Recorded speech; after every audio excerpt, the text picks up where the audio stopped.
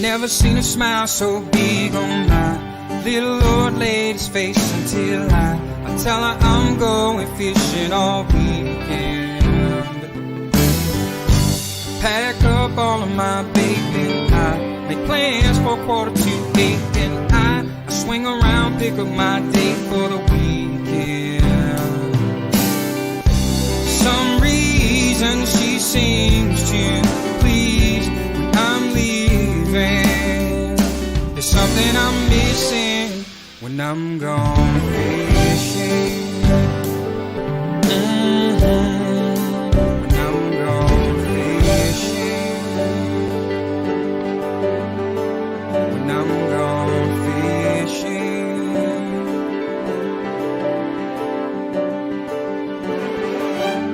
Yeah, baby.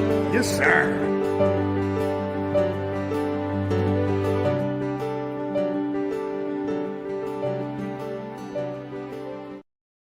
This is my favorite part almost when we go live and we get to see everybody that sends out a shout out, a hello, how you doing? Barry's in the house, Sally's here. Manny, you got your jersey. Looking good, buddy, looking good. Barry, Steve, yes, happy 10 years OWA. Well done, Steve. Thanks for reminding me of that. Trisha's in the house. Tony's here. Tony, your Scotty Pack went out on the weekend, so I look forward to seeing you get that. Lloyd's here as well. Lloyd, thanks again for all your sharing. Jeremy as well. Eve, nice to see you. Mike Howard's in the house. Walter, so glad that I see your name pop up because I wanted to do something. We really appreciate everyone that is able to come and spends a Monday with us like you always do. You loyal people, you rock. But here I want to tip a glass in memory of Walt's dad and any other parent that you have lost, anyone that can't be with us on Mondays or can't be with us in general. Here's to them. So a tip of the glass and cheers to all those who are missing parents, have lost parents, or are dealing with parents that are not doing all that well. This is for you. So a big tip of the glass and a big virtual hug to all of you that are always dealing with it, because a loss of a parent is something that it just doesn't go away, and you're constantly, regardless of how long after the fact, you're always thinking about them, right? They were a huge part of your life. They were a huge part of my life, so I can only imagine they were a big part of you guys as well. Of course, it is Ladies' Night. Yvonne is backstage with our very special guest, Lorianne Horst, and I did not get a chance to pronounce her name in front of her to make sure I got it right, but so I'm really hoping I nailed it on this one. Of course, the panel would like to be joining me after the show or after the Ladies' Night segment, but unfortunately, our good buddy Jim is not feeling all that well, and either is Lawrence. And so what I wanted to do was, of course, thank everybody, because this means a lot when we're able to come together and show our support and just put a smile on somebody's face. So everyone that participated in this, big shout out to Jay Barnucz for putting it together. But some of the comments were really, really cool. So again, big shout out to making the big guy feel good, even though he is dealing with an ailment. And of course, we are going to be announcing our Christmas giveaway. So I'm going to show you that. This you will have to see as a post. It will be the pin post in CFN. You can share the heck out of it once we make the post, but it's going to be really cool. I'll go over it very, very quickly for you. If you want to fish like a beeler, well, we've got a tackle box that is just like you see in the picture here, pretty much. That is just jammed full of stuff. And I'm going to grab it here just to give you an idea how big this bad boy is. I'll take this down. So this is donated by the Bealers. As you can tell, it's almost as big as I am. We want to fill all of the containers, and we have a good amount filled already in the top. There's a whole bunch of stuff here. I'm going to go through it and do pictures of it so that you folks can all see it. But if you want to fish like a Beeler, Santa has donated something that will allow you to do exactly that. We will be making the draw either Christmas or Boxing Day. We're not 100% sure when. We're going to post it right after we are finished live. And it's real simple. This is how simple it is. We want to bring our CFN community even closer together. So here's how it works. If you want to tag one person by saying Merry Christmas, do that. And if they happen to tag you back and say thank you and Merry Christmas to you also, that's 2 ballots. 1 ballot for them, 2 ballots for you. Now, if you can do a maximum of 3 people, wishing 3 people a Merry Christmas, if they also tag you in return and wish you a Merry Christmas, that's 6 ballots. So keep that in mind. As I said, the more ballots, the merrier. We will be doing our darndest to make sure that we capture everybody's Merry Christmas and what have you. Wait for the post. It will be posted. Big shout out to Mark and Erica for putting this together. And of course, True North Baits, Ugly Boys Baits, River Reaper, North Shore Tackle, Outdoor Flavors. We have Accessible Angling. We've got some mitts from Accessible. There's a lot of stuff in here. So we will make sure that we tag everybody that is included and has been a part of this, whether they know about it or not. But we thank you. And as I said, it's literally just all you got to do is wish somebody a Merry Christmas. It's so friggin' simple.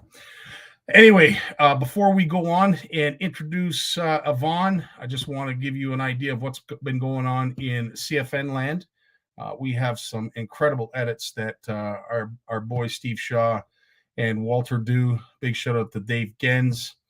Monster Monday is usually a tough one for us to find content, but again, Steve and Walt, they're all over. Look at this walleye assassin. There's Kat. How you doing, Kat?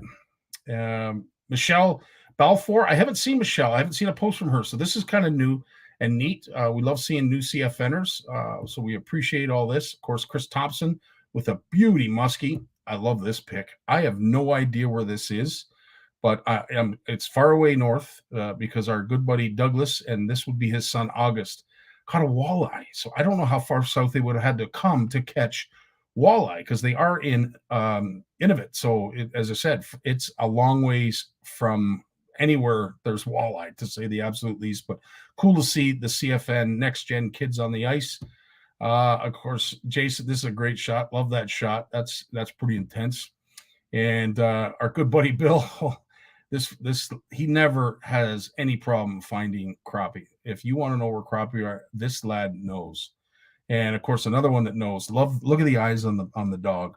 Danny Bacon loves his Meigs, loves his walleye, and loves his best friend right beside him there. Chris Ross. This was a great post that we did on Wednesday. Obviously, anyone who fishes the Bay of Quinte knows the trophies that lurk underneath the boat and on the graph. If you get a chance to catch one of these trophies, it truly can be a fish of a lifetime. And I loved everybody that participated in that post. Here's to all the trophies that were caught on the Bay of Quinte. Daryl Doucette, he gave us this pick. Thanks, Daryl, for that. And of course, last but not least, our good buddy Mike Robertson out in Alberta.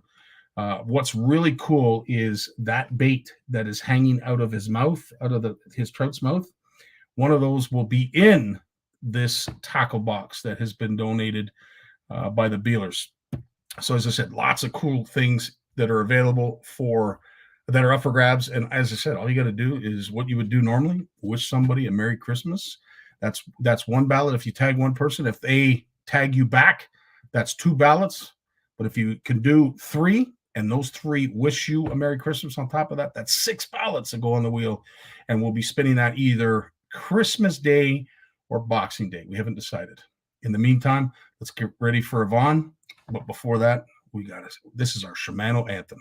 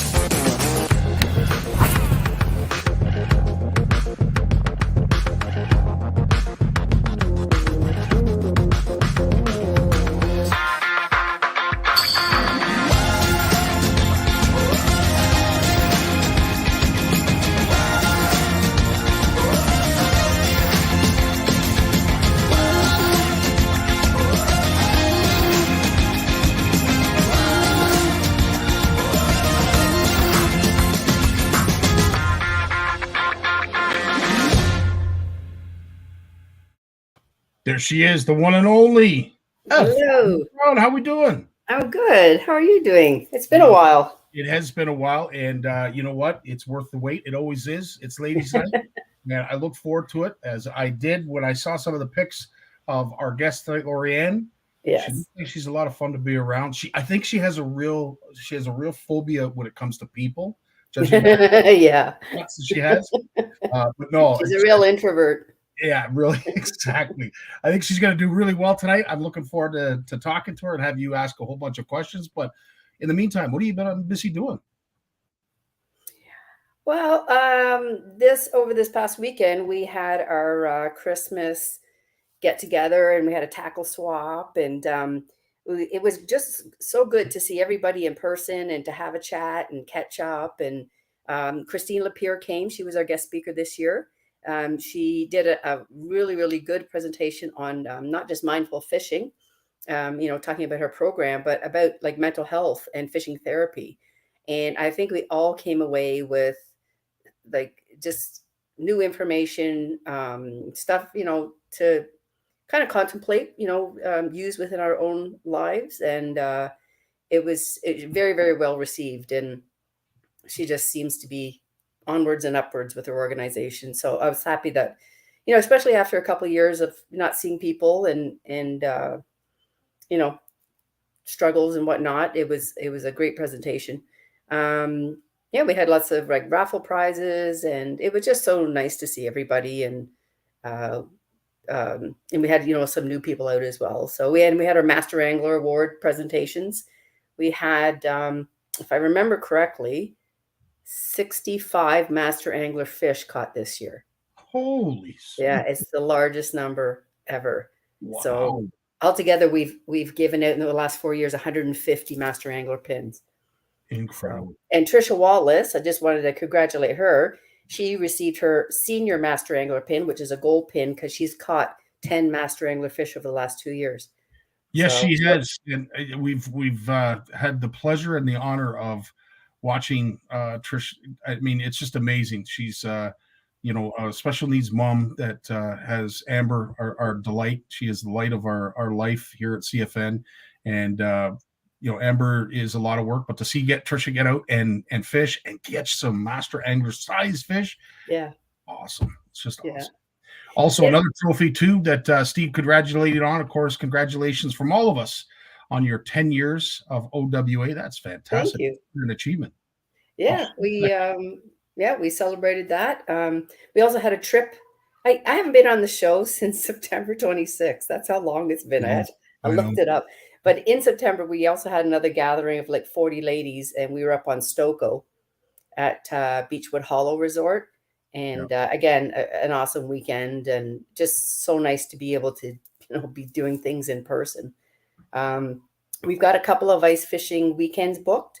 The first one is up in Parry Sound, and or just south of Parry Sound. It's February 2nd to 5th, so it's like Thursday to Sunday, or you don't have to come on the Thursday, but it's always nice to have 3 nights, I find. And then the other is back up at Elbow Lake, just north of Kingston, and I think it's the last weekend in February. Very cool. And then we hope to have like possibly a perch day on Simcoe, and then another one-day event. And the volunteer team is meeting sometime over the next week or so, and we're going to finalize our 2023 calendar. So we should get that out soon. Very cool. Yeah. And as always, you always bring on a great special guest that we look forward to learning about, and perhaps learning a few things while we have the chance to talk to her. Lorianne, tell me, I mean, I don't know where you're going to start, and I know you want to save some of the questions for when she comes on, but holy smokes, this gal's, she's a busy gal.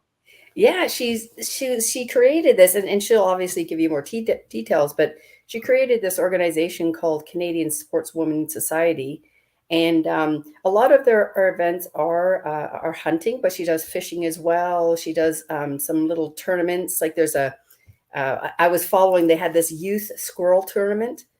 They do I think coyote hunts and pheasant, deer, and she's a real outdoors lady, and I enjoy seeing her posts, and she's getting so many women out there and trying, kind of uh, um, going out of the comfort zone and trying new activities. I mean, I hunt a little bit, but mostly just turkey. And seeing all her posts, I probably would like to join one of her events sometime. So, or just hoping to hear a little bit more about what's coming up for 2023. I would too, even if I had to walk around on 4 legs and be the one that's being hunted. I tell you, it looks like a lot of fun. There's not a single person in any of the pics that isn't having a hoot, laughing, or whatever. But it is cool, what OWA does, what the Canadian Sports Women's Society also does when it comes to allowing ladies that may feel a little apprehensive getting out into group type settings. Yeah. And you guys break down the walls with like mighty dozers, and it's awesome that you continue to do what you do for all the ladies out there that perhaps may not have the kind of opportunities at their disposal. So keep up the great work. Thanks, Scotty. What we will do is, hell of a target. Yeah, hard to miss, right, Steve? Absolutely. Well, without further ado, let's bring Lori-Ann in and let's meet this bundle of joy, I will say. Lori-Ann, quite the introduction. Thank you. See what I mean? CFN, like honestly, now, Lori-Ann, did I get your last name right? Is it Horst? Yes, it is Horst. Yeah. This is my challenge when we have special guests on with Yvonne, is making sure that I get the name right, because I always forget to ask sometimes before we go live, and it was your last name is one of those. Boy, if I get this wrong, it's gonna really be wrong. So that's awesome. Well, pleasure meeting you, Lori. Pleasure having you on the show. And of course, this is your 20 minutes, 15 minutes, 30 minutes, whatever you want of fame. And we want to learn all about you because I know there's a lot of good stories to tell. Well, thank you so much for having me. I don't generally do a whole lot of podcasts and interview type things because I'm not that serious. As you can tell by the pictures, I'm really nervous with people. Honestly, so this year has been so busy for us. We decided to do 22 events for 2022. It was too many. Yeah. It was too many. But it was so fun at the same time. And honestly, it's been such a blast. We got to meet so many people this year. Starting off the year with the Toronto Sportsman Show. We weren't sure how that was going to go because, the masks and everything else. Yeah. But it was great. Everyone, I had a great time. And then, rolling it right into the intro to turkey hunting and just kind of exploded from there.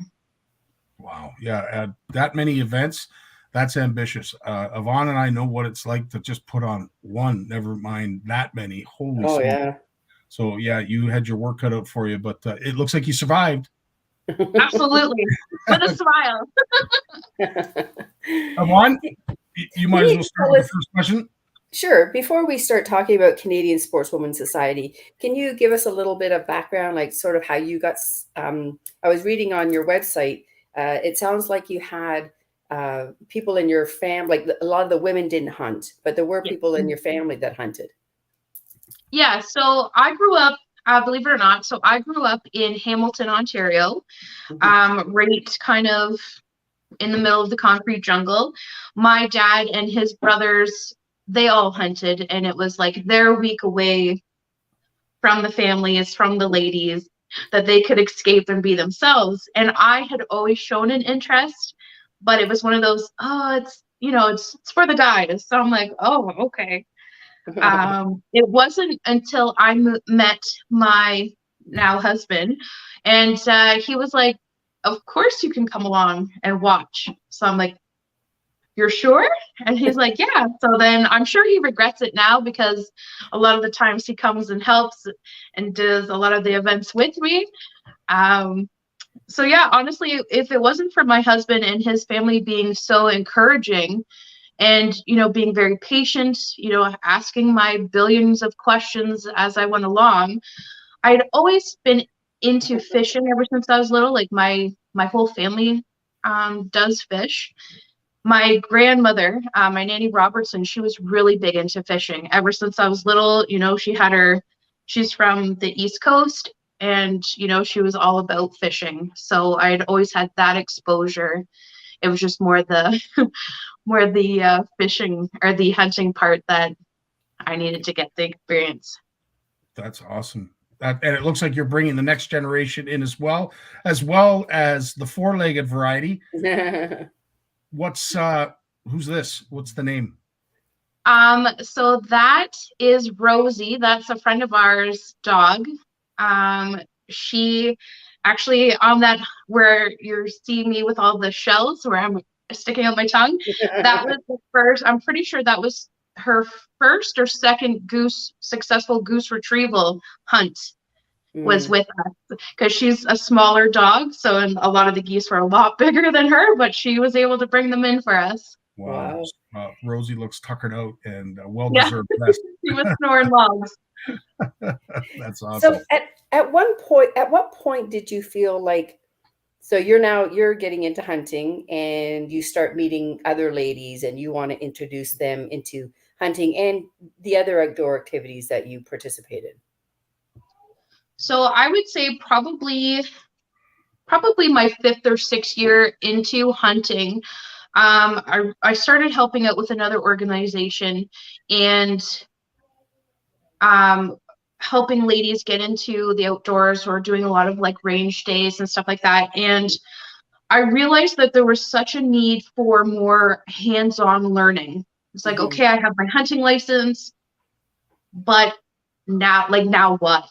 Do I have to go out and buy, the top of the line, this or that? Like, where do I find gear? Where can I find gear that actually fits me? Where's the comfortable stuff? Where's the warm stuff, the waterproof stuff, et cetera, et cetera? And it kind of just snowballed from there, because I was really lucky with having my husband's family and, and Steve, being able to lean on them for so much information and support, that I realized there was such a huge gap, and that there still is a gap out there for ladies and youth and even guys getting into it who don't come from a family of hunters or fishers, that they kind of need that next step. And if we're able to provide, that knowledge and that hands-on experience, because that's how I learned. I could read a book cover to cover, but I'm not gonna retain everything. I actually have to put my hands on it to do it, and then it'll make sense, and then I can carry on. I think there's a lot of us that are like that, Lorianne. I know, again, I'm old school. You have these people that I work with that are all engineers, and they can understand, dissect. They probably built whatever it is on the paper, perhaps have no idea how it works. And that's where we come in, those who are visual. At the end of the day, you can explain a table of contents, page per page. I'm hands-on, so I'm no different. So I appreciate that. That's awesome. Yeah. Absolutely. So we were talking earlier, you have an ice fishing event, which is sold out, coming up in January. And do you have any other, I know you had a really busy 2022. So what does 2023 look like so far? So 2023 is looking like it's going to be very similar to 2022. We were able to scale back a little bit, but there's such a need and demand for all of these events that, like, thankfully there's your organization, there's a couple of others out there that are also putting on these events, and thank God, because there's such a need to get people out and experience these things. 100%. Yeah. We're just going through some of the events that you have upcoming. This is the one that Yvonne just mentioned on Simcoe. That looks like a team that I'd be afraid if I was a fish with that group. And then, of course, do some charters out of Kincardine for salmon. You've got a turkey tournament by the looks of it that you also do. This one's really cool, the coyote tournament. And these are all reasonably priced. This was the one that, Yvonne, you were talking about. Yeah. The youth squirrel. And, of course, getting the kids out and doing events like this is awesome. I love seeing that kind of stuff. So I have to ask about the squirrel event. So they eat them? I would imagine if they're harvesting, they eat them. Oh, yeah. Like, branch hamsters are delicious.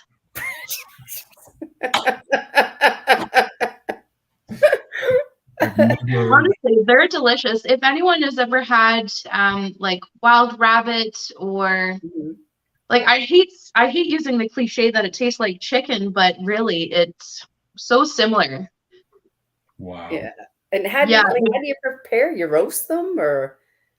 You can do it in many ways. Like I don't know if you've checked out some of the meals that my Steve has prepared, but he'll do a squirrel tortellini, or he'll do biscuits and gravy, but with squirrels instead of chicken. And there's nothing you can't do with any wild game. Like, it's so delicious. Yeah. And yeah, the point of the squirrel tournament was to have at least one person who has, their fully licensed adult on the team. And it's just one of those things where you can take your kids along. They don't have to be quiet. You know what I mean? Like, they can walk with you and they get to experience nature, but in a way where they don't have to be quiet. You can still be chatting and having a good time. You can bring the, shovel and like a little pail along. They can grab dirt or find, all the nature treasures as they go. And do you shoot them with the 22? Yeah, you can use 22, 410, 20 gauge if it's like target load type thing. Oh, okay. You don't want to destroy the meat. Right. Yeah. Be full of pellets. Yeah. Yeah. Wow. I don't know. We've got so many squirrels, and well, we have chipmunks too, but squirrels on the property. And I thought, when I saw the hunt, I just thought, what do they taste like? Oh, honestly, they're delicious. And you'd be able to take your grandson. Oh, he's only 2.5, but soon. As long as they're old enough to walk along with you, they can bring your team. Like, that's honestly the whole point, is just to expose kids to hunting in a fun way where they realize that we're not a bunch of Elmer Fuds running around out there. Yeah. You know what I mean? Like, it's a great family activity. What came into my mind was, of course, the rabbit season, duck season. So there, I could see you so doing that. But I have to ask, when it comes to squirrel, where is the majority of the meat? Is it in the hindquarter, or is there other areas on the squirrel that hold a lot of meat? Yeah, I would say probably from like under their armpits down. And is there shooting squirrel here in our neighborhood? Obviously, you can't anyway. But does the meat taste different if they're closer to an urban town than they do out in the wild? That's a very good question. I'm sure if you found a pizza-fed squirrel as opposed to, a squirrel from out in the wild, it would taste different, much like deer. It's like eating dump bear, right? Right? Yeah. No. Yeah. Tastes like Pampers. That's awesome. Oh wow. So do you have a lot of like very new ladies? This is their like first time, maybe, and I guess do you have range days too, so people can get comfortable with firearms? So so we haven't done any range days. We've helped out at a couple, but we ourselves don't put on range days. We have had, I would say, most of the ladies who come out who have their hunting license are newly, or even the youth who have their hunting license and are fairly new. I think we had 9 or 10 ladies this year who had never hunted before, and we got to take them out. That's good. Yeah, it was really fun. What do they want to start with? Like which animal? Honestly, waterfowl has been probably the biggest one. Okay. Because you can still be loud, you can still be chatting, like it's a very social sport, right? So you don't have to, okay, everybody. I know. Turkey hunting. Meanwhile, you'll hear me cackling over on the end because I've fallen out of my chair and I'm down in the bottom with all the geese and the dogs are going crazy. Yeah, so everyone has a good time. It sounds like it. I've got to ask one of the questions too. I mean, in terms of waterfowl and some other more exotic game, waterfowl, there's a limit to how many you can shoot, but I'm interested, is there a limit on squirrel? There is a limit on squirrel. I want to say, depending on what WMU you are in, is the limit that you are allowed. During the tournament, though, most times like for our tournament specifically, you can submit up to 10 squirrels for the whole month of October. And then we take your best 3, so that's their weight and their tail length, Oh, Your yeah. top 3 goes against everyone else's top 3.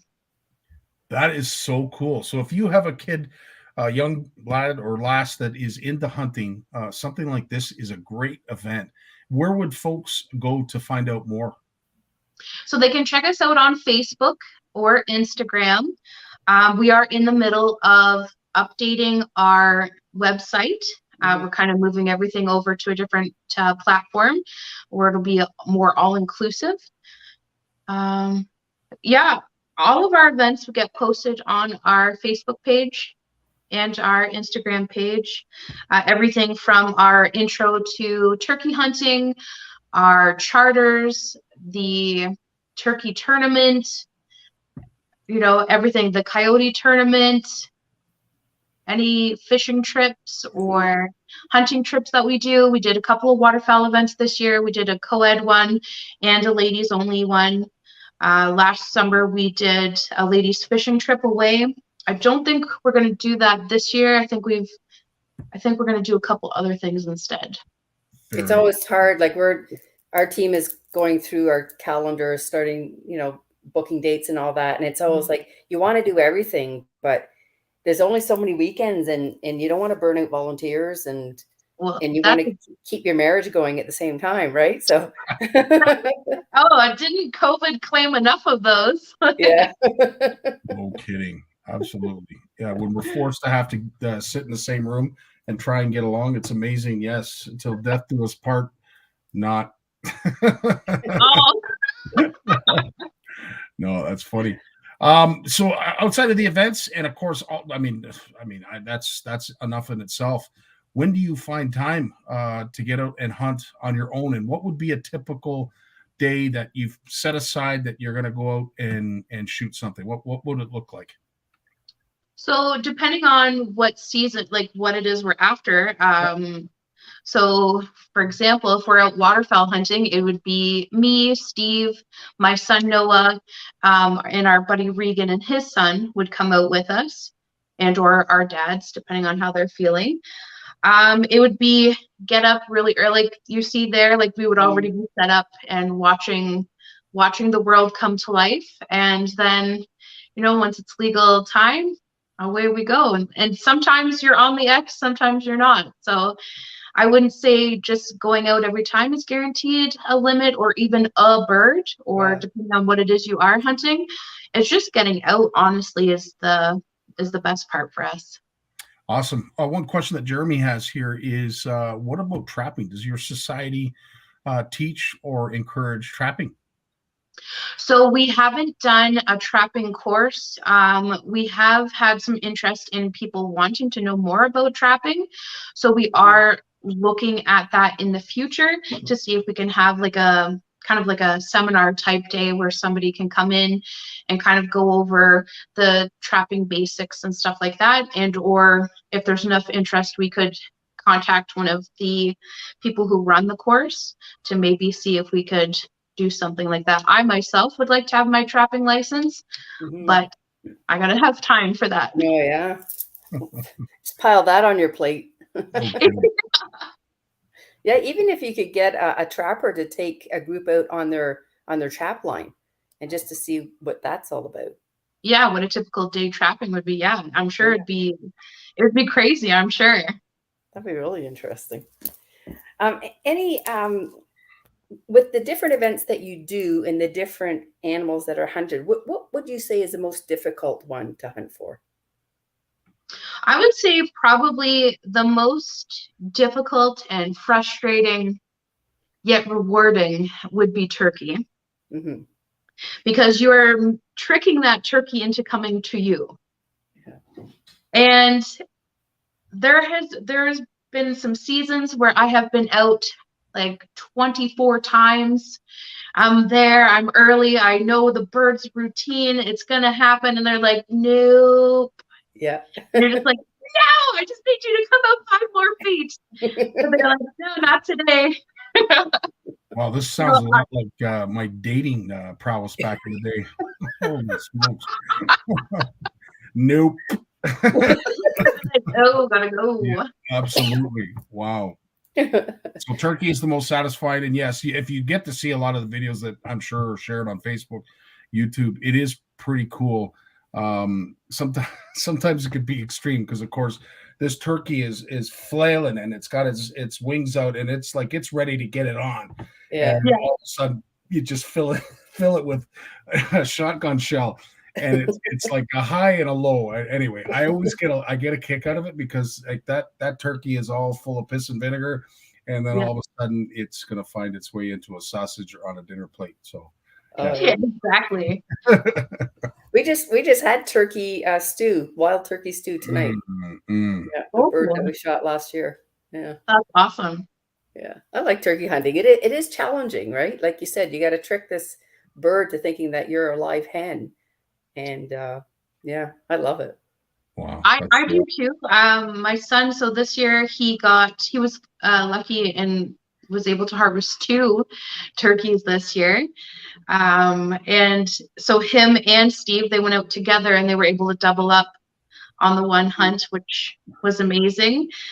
And I was able to take out a couple of ladies. I was able to help one lady, but unfortunately, she took her shot and then missed it, but then kind of just froze.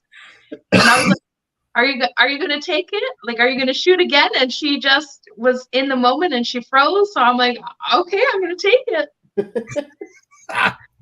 That's hilarious. It does bring me to my last question for you, Lorianne, and I'm glad, Corey, this is a good segue.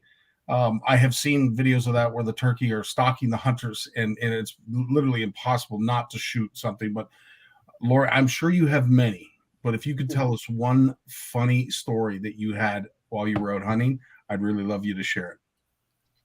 I would probably say the funniest turkey hunting story I have is I didn't bring a gun. I brought out 2 ladies to go hunting. So we sat, I had them kind of in front with their backs to a tree and I sat behind them. So we were kind of like triangle shaped and I had the decoy out in front of them, maybe 10 yards in front of them. So I'm calling because I can see turkeys in the field behind us and I'm like, okay, I know they're coming this way. This is their path. So I'm calling and the birds are now running and I'm like, oh, okay, this is happening. This is happening. And then I can hear like this sloshing in the leaves and I'm like, what is that? And I look beside me and there's this giant raccoon who could not walk normal, had to waddle coming straight towards me. And I'm like, oh, no. So I'm trying to let the ladies in front of me know. I'm like, there's a raccoon. And I'm trying to sound like an owl, but not in like an aggressive way to let them know that I'm freaking out and they shouldn't freak out. And as I'm doing that, the raccoon notices the turkey is running towards us. Yeah. So the raccoon waddles off and I'm like, oh, okay, thank God. As soon as I let out a breath, all I hear is choop, choop, choop. All 3 are on the fence right beside me. Oh. So now here I am with the pot call and I'm just like, and I'm trying to breathe and I'm trying not to freak out. And as the 3 toms comes out, they're doing their fan dance. And I'm like, okay, this is happening. I'm like, okay, I got this. The one turkey goes beside the one lady, the one hunter, gobbles, scares the daylights out of all 3 of us. So all 3 of us are like, I'm like, no, breathe. And I'm like, I'm trying to catch my breath and I'm trying not to like scare them. Finally, 2 birds go out in front of the ladies. And I'm like, shoot. Shoot the birds.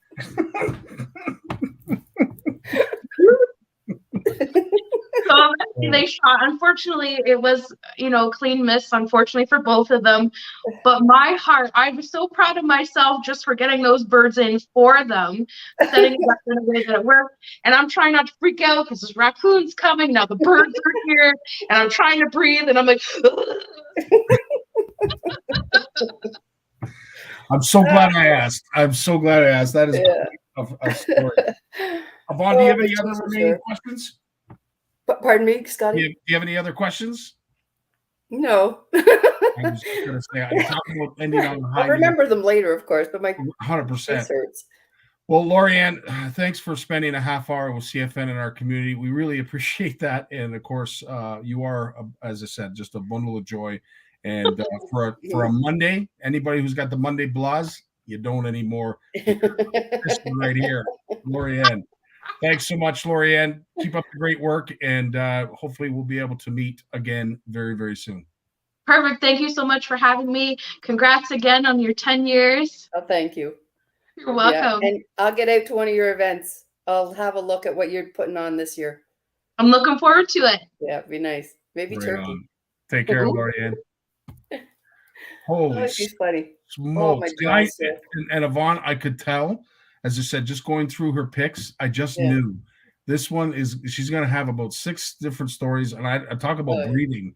I figured my face would be like bright red by the time this segment was over. But anyway, as you always do, you hit it out of the park. And yet again with Lori, I can't thank you enough for putting this together. You're very welcome, and nice to be back. Yes, absolutely. As I said, anything worth waiting for is worth waiting for, and we did. Thanks for that, Yvonne. Really appreciate it. Okay, have a good night. Right on. Till we see you in the new year. Have yourself a Merry Christmas, and hope everybody in your family does so as well. Okay, and to you and yours too. Thanks, Yvonne. All the best. Right on. Well, the panel is going to be up next. What a hoot that was, I tell you. Unreal. Here is a word from our sponsor before we bring in Jay Barnucz. When it comes to Canadian food, we've got your back with flavors like lemon pepper, beer batter, campfire barbecue, lemon pepper dill, garlic butter and chives, and crispy Cajun. We've got a mix for every meal. Whether you're serving East Coast shrimp, West Coast salmon, succulent walleye, chicken wings, or veggies, we've got you covered. Coat your food in outdoor flavors. Available online or at these fine retailers. J-Dog is in the house. How you doing, brother? Good, buddy. How are you doing? Oh, after that, dude, I was holding back laughter, man. That was a fun segment with Lorianne. I've never met her before, but we're friends on social media. It was just great to get her enthusiasm, and it came through loud and clear. And the thing is, like, I mean, all kidding aside, but when it comes to what our communities do, whether it's theirs, OWA, CFN, it's all about having fun and bringing people together. And, you know, you need a Lorianne in your group just to break the ice, just to, you know, to be that, oh my, look at her having so much fun. You know what? Yes, I'm allowed to have that kind of fun too. And I don't know, it just breaks the ice. And well, and it's contagious too. It is. I wish there were more Lorianne. Especially at events that she runs, like, you know, which we can talk about event planning, but, you know, you get there and people show up at events and sometimes people don't know each other, right? Yes. So you know who they are, but you don't know them, right? So this goes on all the time. And this happens to me all the time. And you need someone in the crowd to break the ice and initiate conversations. And sometimes you just need someone like a Lorianne just to get the giggles going and the laughs going, and that breaks the ice, right? So 100%. It's awesome. Yeah, it was good. That was a great segment. I never knew so much about squirrels, and we have like a squirrel sanctuary here. Like, we're one of the few houses on our block that actually has a lot of trees. And so we have lots of wildlife, like raccoons, squirrels, all around our yard. And a lot of our retired neighbors don't like all the wildlife we have because they eat their plants but I like it. So yeah, so we have lots of squirrels, but I don't think I can shoot them in the town limits. So they're pretty safe here. Well, I personally, Jay, I don't think I'd be able to shoot them and have anything worth, you know, filleting or putting in the stew. I knowing me, there'd be nothing left of the thing. I'd spend more time looking for it than. Well, you gotta scale down the ammo size there, Scotty. Like, well, I wouldn't. As I said, using a 308 or something and taking them out. Like, geez, man. I'm just thinking, like, you know, you get a 22, I'm gonna miss the first shot for sure. So I'll get it in the tail. By the time this thing has rest in peace, I've probably got four holes in it, and it's worthless. That would sum up my hunting skills, I'll tell you. I hear you, dude. I used to tag along when I was growing up on our farm. My grandfather had a couple hundred acres of farmland here, and about 30 of that was bush. And so growing up in high school, I didn't hunt, but I had friends that hunted, and some of my friends' dads had permission from my grandparents to hunt, and I tagged along on a few hunts. I got some grouse blood on me a couple times and things like that, but I never hunted myself. I'm like, I have one hobby I have a hard enough time finding time to do, let alone hunting. So fishing is it. And it's nothing against hunting. I love, and we hunt as anglers, we hunt, right? So yeah. And I think all the good anglers are actually good hunters. I would imagine they are, because at the end of the day, that's what we are. You're 100% right. We are as much as we are anglers, we are hunters as well, because we are constantly hunting for fish, which is a great segue into, of course, something that you wanted to talk about when it comes to the hard water and targeting perch. Yeah, a new idea. I'm going to share my screen if it's possible here. Yeah. I'm going to share a screen. Okay, so this is a cool. I'm going to get my windows lined up here so I can speak a bit while I show this. So this is from the Lake Simcoe Conservation Authority, and if there's any perch anglers who like to fish Lake Simcoe, this is a cool map. This is actually on the Lake Simcoe Fishing and Area group on Facebook. Cool. So this map here is all the aquatic macrophytes in Lake Simcoe tabulated by total biomass. So basically, in layman's terms, this is the amount of vegetation. And then the darker the green, the thicker the vegetation, the more dense, right? So the south end of Cook's Bay has a ton of vegetation. Yeah. But you can see up around Georgina Island, over by Beaverton, at the mouth of the Talbot River, but even some sort of areas around Kempenfelt Bay and then up in the north, these are all areas of dense vegetation. Well, why am I showing this map? Well, this is what yellow perch relate to in the wintertime quite a bit. And so if anyone who's been on Lake Simcoe knows about perch fishing, now you know why the key areas are in those areas is because of the vegetation. Vegetation for two things. One for three things actually. One for food, because the vegetation attracts a lot of prey fish and invertebrates to feed on. It also provides cover, areas to hide from predators. But I think more importantly, it provides spawning areas as well. So these are probably prime spawning areas too. And this is the kind of data that is becoming more accessible to anglers. And it's not that hard to find, but this was on the and I'm gonna share it in the chat so people can go to the post if they want and save it. If anyone like me, I use the save feature, Scotty, all the time in Facebook. You save a post. Yep. Like I'll come across a really cool post, whether it might be something for the show, it could be something for me personally, but I like to save those posts. And that's one of the posts that I saved.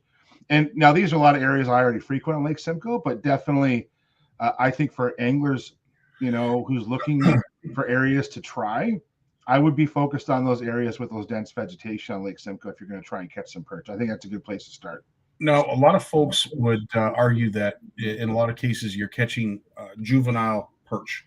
And when you go to these areas that you just mentioned and illustrated on Lake Simcoe, you will see a lot of smaller perch, which of course brings me to what you had said. Some of these fish might use it as cover. Some of the smaller fish might use it as cover. As productive as they are as breeding grounds, because as you said, I mean, that you can't find better breeding grounds than what you have there on your picture. But is it also perhaps maybe an area that you might want to look outside the box for those larger perch? Because typically those larger perch don't necessarily come in until the water starts to warm. Are the larger perch maybe a little bit further out holding? Yeah, I'm not necessarily a perch expert in Lake Simcoe, but I've had some excellent conversations with like Will Wegman and Dave Chong and others. And, I sort of live vicariously through them. When you're targeting Lake Simcoe perch, there's a few experts out there, and I'd put Will and Dave near the top of that class. And, it's interesting because yellow perch also feed on round goby a lot now too. And round goby aren't always associated with vegetation, but they're there. But usually the juveniles are. Not the larger ones like to be out more on harder bottom. And so I think when it comes to just, perch and size range, I think you just have to be mobile, Scotty. Like those those schools, like I've caught big perch on Lake Simcoe in 35 feet, and I've caught them at 5 feet. You know, like when they used to have that Perching for MS event over by the park. You know, I used to go there and participate in that event regularly. And man, now I caught so many small perch most of those years, like small, you know, and that was kind of but some people always caught nicer perch. And sometimes it was out deeper, but there was sometimes people went in shallow. And I think it's because of where there's less pressure from anglers, you know. So I'm going to suggest that in those areas, those are also popular areas on that map for ice fishing. I think it's important that anglers, you put yourself in the right area, and then you start to dial in where those fish are. And typically it's not where everybody is, where the better fish are. You got to get away from the group.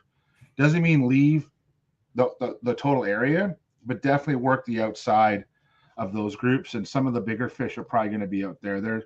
They get big for a reason. Even perch, you know, like a 10 or 11 inch perch, I think is something around 7 or 8 years old. Some of the data that I've seen, you know, so a 14, 15 inch perch, they're even older than that. So yeah, they're pretty smart. But so I think those dense weed areas are good places for starting, but you definitely have to spread out and get away from that pressure to find the right size of fish that you're looking for. And for me, it's the biggest fish possible that I can that day. So 100%. Great point. And of course, yes, Jeremy, yeah, you still small, whether big or small, we love them all.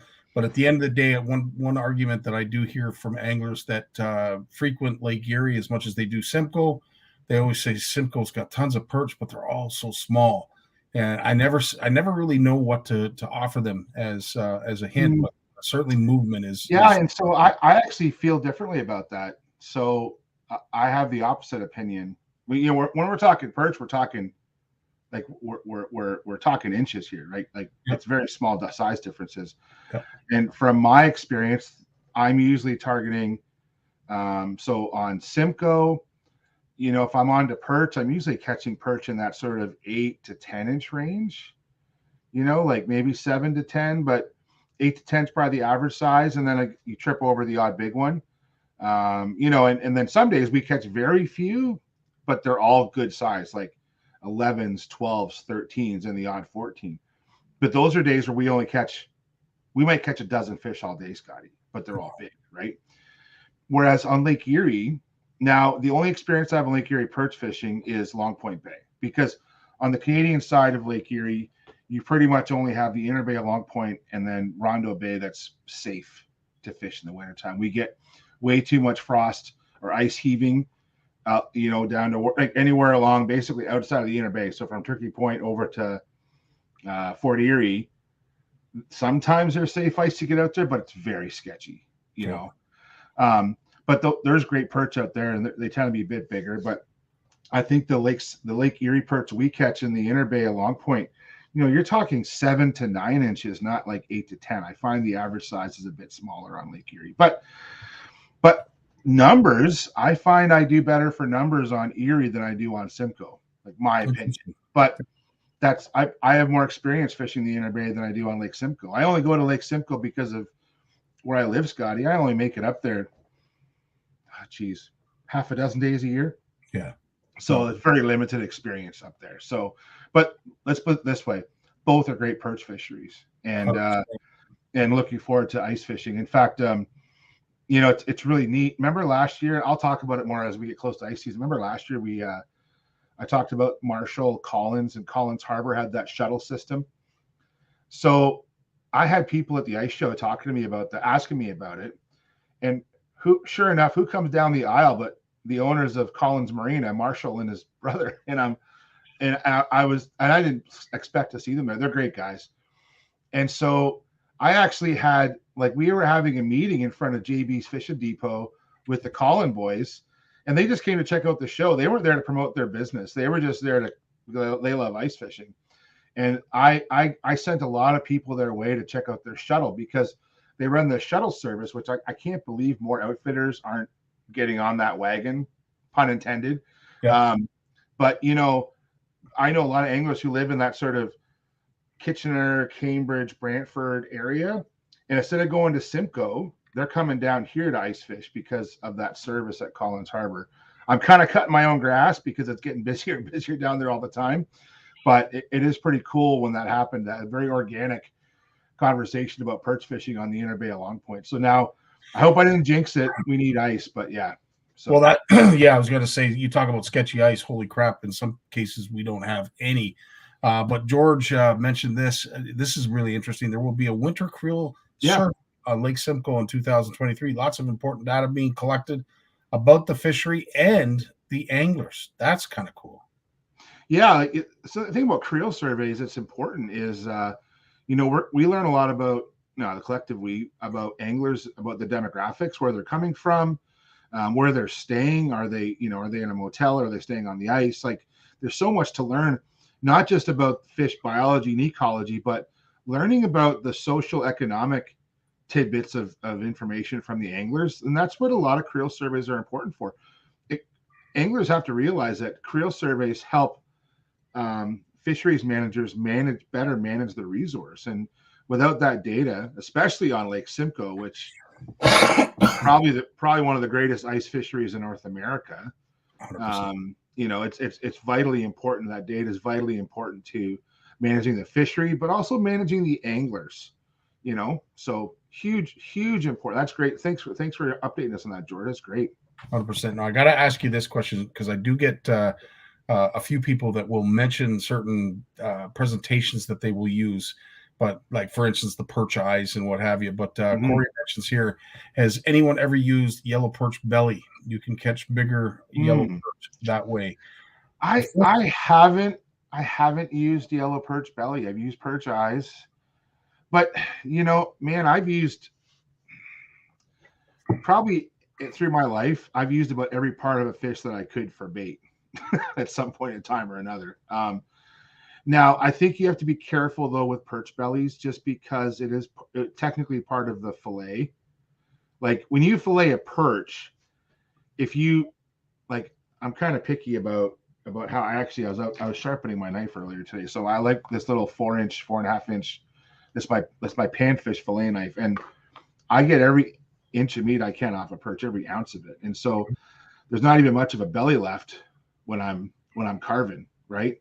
But I would really hesitate against using that. I don't know the nuances there when it comes to regulations, but be careful. But perch eyes are pretty much fair game, right? Yeah, I use them myself, and yes, they work very, very well. But 100%, make sure you know your regs. You don't want to be carving fish up on the ice, to begin with.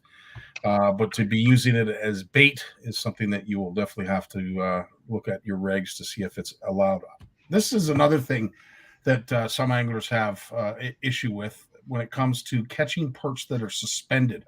What is the best approach with perch that's suspended to try and get it to bite? Well, typically, so that's a good question. So typically perch, they don't suspend too far. And I think the best, and this is a proven Lake Simcoe technique that I don't use it that much on other places because you need depth to this, but having a donkey rig, they call it a donkey rig. And that's what, and if you watch any of the videos from like John White or Dave Chong, so, probably the number one bait on Lake Simcoe, or probably, I'd say number one. I don't want to give anyone any, I'm not taking sides here, but a slab grabber. I use slab grabbers a ton on Lake Simcoe. Love them. They work really well. Different sizes and colors, and perch love that flashy slab grabber. Like, it's crazy how much they like it. But what anglers are doing is they're running basically a drop shot above their slab grabber, or some other kind of heavy. You can just use a jigging spoon, like a little buckshot or whatever. They run a dropper above it with a piece of plastic or a minnow, and and I know some people will run that quite high.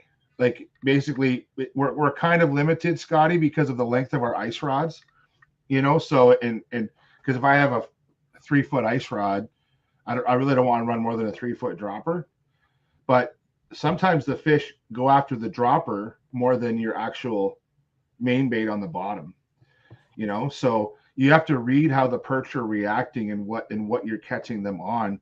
and they'll chase it up, and you'll watch them on, if you're using a good flasher or LCD, if you have your settings right, you can see both baits on your screen, and you'll see which bait the perch prefer, the dropper or the main bait. And then you can, so then if they're suspended, you can figure out which one they want. But I think the big thing about catching suspended fish, and it's not just perch, but anything suspended under the ice, it's about studying that fish behavior. What are they reacting to? What are they interested in? So for example, like, a big thing for me is when I'm ice fishing. So like sometimes, like for perch or for crappies or bluegills, like I'm pounding it like this, or I'm pounding it like this. And when I grip it more on the top, it's more hard pounding, whereas on the side it's a more delicate pound. And sometimes I brace it on my leg to subdue the pounding, right? And so I think you just have to learn that fish behavior and watch them on your electronics. And once you figure out which one they like, you got to repeat that every single time. It's so important to know, how did you get that fish to trigger? So that fish is suspended. And typically when fish are suspended, I find they're a little more like neutral, or not negative, but a little more neutral. They're not necessarily the most aggressive. And so because they're up off the line, they're a little more wary sometimes. So you have to try and tease them. And how do you tease them? So you have to figure out what approach they want to get them to trigger. 100%. And this is where keeping a log really comes in handy, because in some cases you're going to want to identify quite a few things. Weather, at the time that they are suspended, why, because part of the reason of making sure that you are doing your best to give the best presentation is understanding why they're suspended in the first place. And there could be a whole bunch of reasons, as Jay has just mentioned.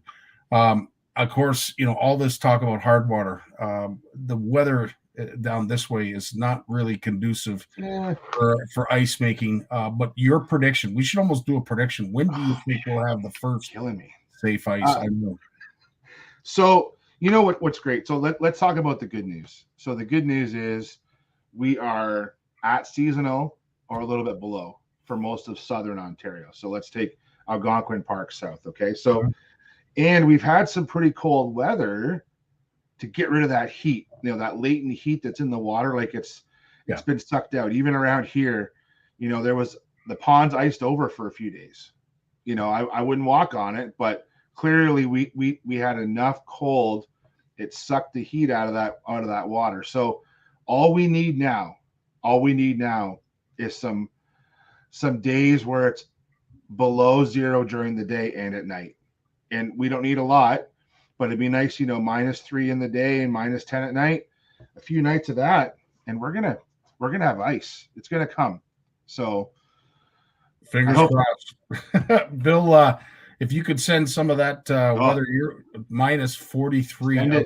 Send it over, Bill. It's and that's actually what I think the ice fishing show, the only part I didn't like was I was reminded how short our ice season here in southern Ontario, and it's a little bit it is what it is, but definitely make the most of it.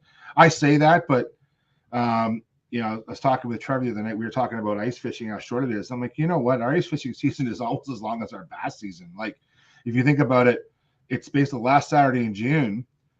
And then for the average bass angler, like pretty much by middle of September, it's over. Like a lot of anglers, like we chase them into middle of October if the weather's good. But you're looking at 2.5 to 3 months of good bass fishing. And ice fishing is the same. It's basically, if we're lucky down here, southern Ontario, you're talking last week of December, you're going to find ice somewhere. And then basically you're talking until the middle of March. So basically it's 3 months of ice fishing. So, and of course, one of the things that is becoming more and more prevalent, I know it's always been around in the winter months, but the wind events. Like, how many times has your phone been have you been notified of a wind warning? It's incredible, the wind events that we're getting that are following these storms. Well, and I was reminiscing with a buddy the other day about our trips to Quinny in the early ice season, where we went out to like Big Bay area 1 week, and it was, 5 inches of ice, 6 inches of ice, spudding our way. Everything's safe. Caught some fish. 2 days later, all that ice is gone from a big windstorm, right? And then we go back out 2 weeks after that, and now you're walking on black ice again, but there's huge chunks of white ice like frozen in the black ice because that's what broke up 2 weeks prior. That was unnerving. The ice was totally fine. In fact, it was thicker than we were there the first time, but it locked up fast. But boy, that is unnerving to see the chunks of ice, of white ice, frozen in the black ice, right? Yeah. But that's part of the game that we play. And these big bodies of water, that's what hurts us is the wind, right, Scotty? It really, really does. Wind and rain. You see those videos. There was one in particular last year that showed the waves on Lake Simcoe, and the ice was doing exactly that. You want to talk about unnerving? I don't know if I can handle that. I can handle a lot, but I don't know if I can handle that. And I think what we need is, what I like is if we can get enough cold weather just to build the ice and then it stays. Like once these lakes lock up, like even a big lake like Simcoe, once it locks up, it stays locked for weeks, if not months, right? So we just need it to lock up. And then that takes time. But once you get that 10, 12 inches of ice out on those big lakes and it locks up, it stays a long time. It takes an awful lot of heat. So we need lots of cold right now, but it takes a lot of heat in the spring to get rid of that ice too. So, 100%. It sticks around. George has mentioned his 3 favorite season: ice fishing season, tackle buying season, and then of course bass season. I don't know too many people that would argue with you on that, George. It's because George is blessed where he gets to fish for bass almost year round, right? So there's that. Listen, outside of Jones and for Hardwater, what else you got coming up this week? I'm going to share a couple things in the chat that's actually that's been kind of fun that's going on that people may not know about. The one is, and I've touched on this every year, but a bunch of friends on Facebook that's led by Dr. Katie O'Reilly. Katie is a scientist with Illinois Indiana Sea Grant, and she does 25 days of Fishmas on Twitter. Wow. And every day on Twitter, if you follow Dr. O'Reilly, she tags, there's 8 or 9 of us that have been doing this for a few years now. And it's very Great Lakes based that she's talking about. So today was round whitefish. Yesterday was muskie. And she puts a lot of biology and ecology facts. And then other Twitter users will chime in and share their stories and share their pictures. And most of the people chiming in are fish nerds, biologists, technicians, and scientists and so it's a really fun way, and it's very organic. There's a lot of people sharing information. So 25 days of Fishmas, follow Katie and get on with the conversation. You don't have to comment. You just have to look at all the cool facts. Like today was round whitefish. So what's a round whitefish? They go through the identification. I don't want to give it all away, but go over to Twitter, but identification, where they live, how do they compare to other whitefish like lake whitefish and things like that. And you don't know what the species coming up are. She has a little 25 days of Fishmas, and the first tweet every morning, it's like a fish advent calendar. So it's all hidden. You don't know what the next fish is until tomorrow morning. So I have to jump on Twitter every morning to see what the fish is. And then if it's a fish that I've worked with either at work or I've caught personally, I'll chime in. So awesome. But I'm excited every day. It's like, dude, advent calendars were fun when you were a kid. This is my personal advent calendar every day with Dr. O'Reilly. So I really highly recommend going on to Twitter. Twitter's getting to be a weird place these days, but there's still some great. Twitter for me is a great way to network with other professionals in my field. It truly is. I don't know why that is, but it's shaped up that way. So yeah, this is one great thing that Twitter's done for me over the years is this 25 days of Fishmas. So jump on there and check it out. Well, it gives me an idea for next year here on CFN, and hopefully, Jay, maybe we can work on it together, because there are a lot of species of fish that we could spend at least 25 days, if not more, discussing some of the neat features that folks may not know about. Well, and I just shared a second link in the chat that I think everyone's going to like. And this is Fish of the Week podcast. Now, the Fish of the Week podcast is hosted by a couple of staff people from the U.S. Fish and Wildlife Service. And they started out talking, the first season was a lot of marine species. The one woman she's a, what is her title? She's like a public relations person for U.S. Fish and Wildlife. So she's in Alaska, and the other co-host is based out of Georgia, and he's more of an angler. He's a CFN type, likes to fish for whatever he can catch, So, nice. And they interview experts on everything. So there are sometimes it's common stuff. So this week's podcast was about the pickerels. I'm not talking about walleye.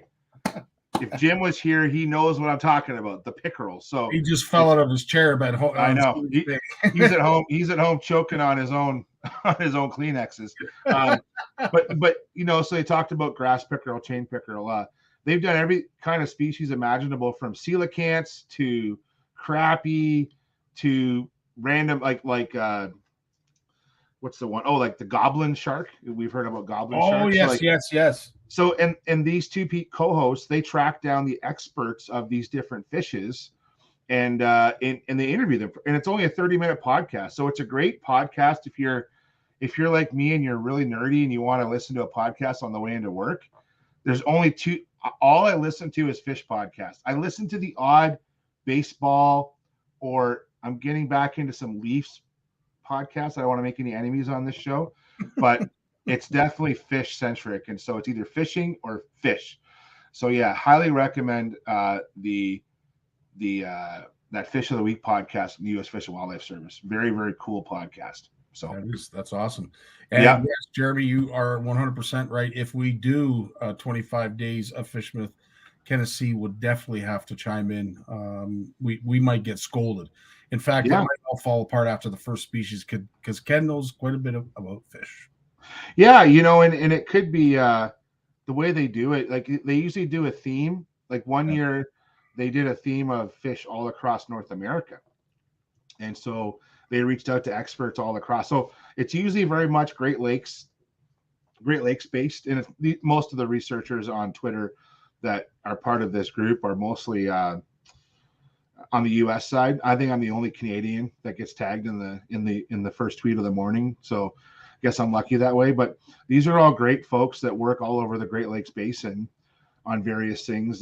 Solomon David's another one. If anyone's on Twitter and you want to learn about gar, Solomon David is the gar guy on Twitter. And he works out of Louisiana on gar now. He used to work out of Michigan State. He's working out of Tulane University in Louisiana.